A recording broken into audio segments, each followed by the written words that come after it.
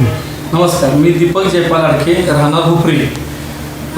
3 वर्षापूर्वी साई कार्डिक सेंटरमध्ये माझं अँजिओग्राफी झाली होती. मला 90% आणि 50% 2 ब्लॉकेज सांगितले होते आणि बायपास करायचा सल्ला दिला होता. तर मी केलेशिनची ट्रीटमेंट सुरू केली आणि गेले 3 वर्षामध्ये माझे जवळजवळ 17 सालाईन झालेत आणि मी मागच्या महिन्यामध्ये मी परत अँजिओग्राफी केली. तर तो माझा रिपोर्ट नील आहे आणि त्यानं मला फार फायदा झालेला आहे.